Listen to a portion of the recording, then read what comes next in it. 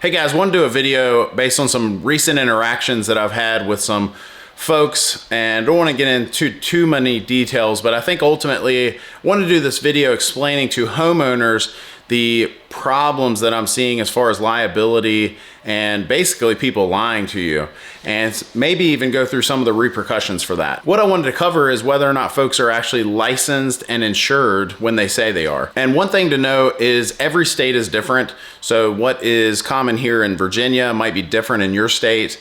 I've talked to other folks from other states, and I've actually heard of some states being more strict than we are here, but I've heard of some states that are less strict than we are here. Whether your state is or at the top or the bottom of that spectrum, I think that you need to know as the homeowner that someone that is in your home is who they say they are. And what I mean by that is not, not Josh says that he's Josh and is that true? But what I mean is there are all kinds of companies running around, especially like smaller companies, saying that they are licensed and insured, and they're actually not. I've actually had some folks say, well, what's the big deal? I think that there's bigger deals than you think because the repercussions are not as strict as you might think they are, at least not here in Virginia. And so we'll touch on that at the end. But first of all, let's go through licensed and insured. Ultimately, what that means here in the state of Virginia is if someone says that they're licensed, typically it means that they are a licensed contractor. And I don't care if they do painting, if they do digging, if they do heating and air, if they do whatever, you fill in the blank, electrical, plumbing, whatever, they have to have a contractor's license. And actually, let me rephrase, they are supposed to have a contractor's license. They actually don't have to.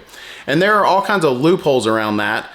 Some of the verbiage you use for your business, such as one thing that popped up a few years ago is a lot of companies calling themselves a handyman service or a maintenance service. That's sometimes a red flag to me. They're saying that about themselves because they're not actually a licensed contractor for one reason or another. And the state of Virginia actually goes one step further than that. And I believe it's 5 different categories. I could be wrong on that, but I believe it's 5 different categories that the state of Virginia says that if you are in these categories, not only do you have to have a contractor's license, but you also have to have special testing to cover these 5 categories. And those being electrical, plumbing, heating and air, gas fitting, and now septic. So you have to have a special license to do septic. And there could be more. That's the 5 that I know of off the top of my head. I wanted to cover that because again, we have people running around here that they even have it on their business cards.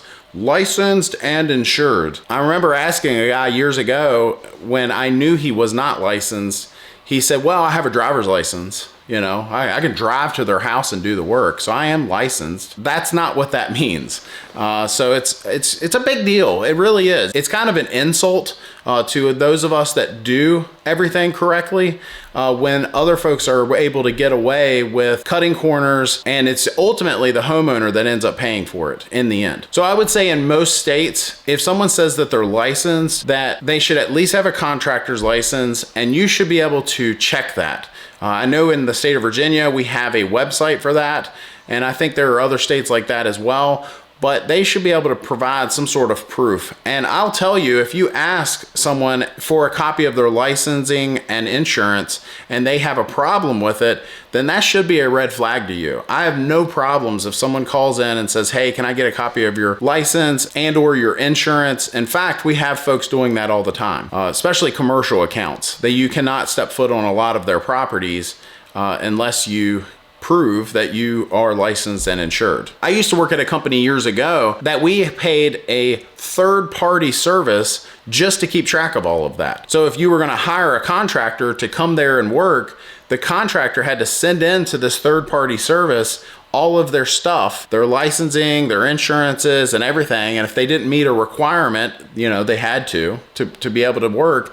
And then that third-party company would keep track of whether or not they were expiring. Their insurance might expire, and they need to renew it and send them a copy of the new insurance. And so that company would keep track of all that. Unfortunately, homeowners don't have that. We don't have a third-party company. And then finally, let's talk about insurances. I think in most cases, again, the contractor might have a problem with adding you as an additional insured if you're just a homeowner, but ultimately they should not have an issue with sending you a COI, a certificate of insurance, just showing you, hey, look, we are insured, you are covered, all of that. I know there are some states that even require the contractor to be bonded.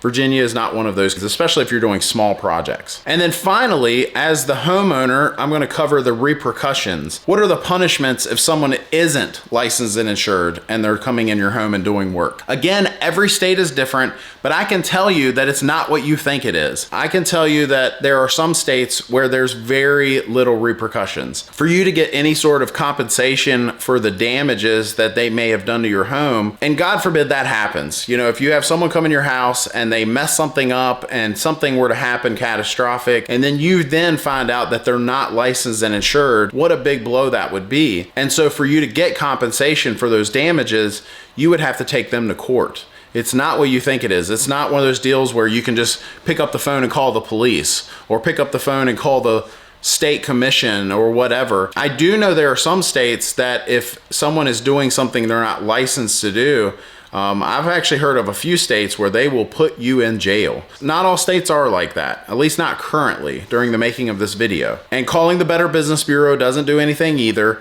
They're going to just put something on a profile. They'll put a claim in there or some sort of customer complaint.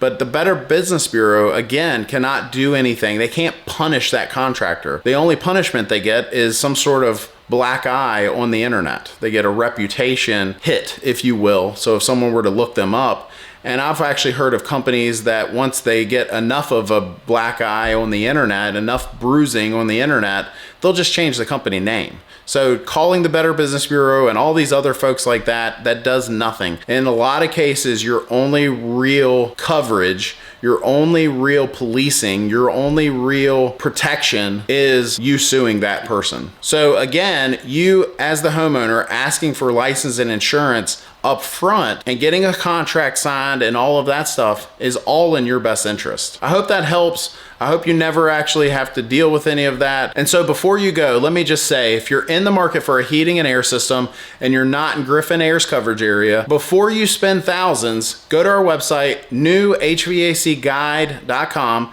It's as if I wrote a book, and I've put so much information on that website. A lot of it, HVAC contractors and manufacturers don't even want you to know. I've got a whole page called no-nos, things to stay away from. I've got a whole page on heating and air brands and who's good and who's not. So definitely check that out. But if you are in our coverage area, if you're in the Northern Neck, Middle Peninsula, down through Williamsburg in Virginia, give Griffin Air a call. We'll give you the best warranty in the area, and we'll give you a free estimate on a new installation. Thanks for watching. Hit that subscribe button. We'll see you next time.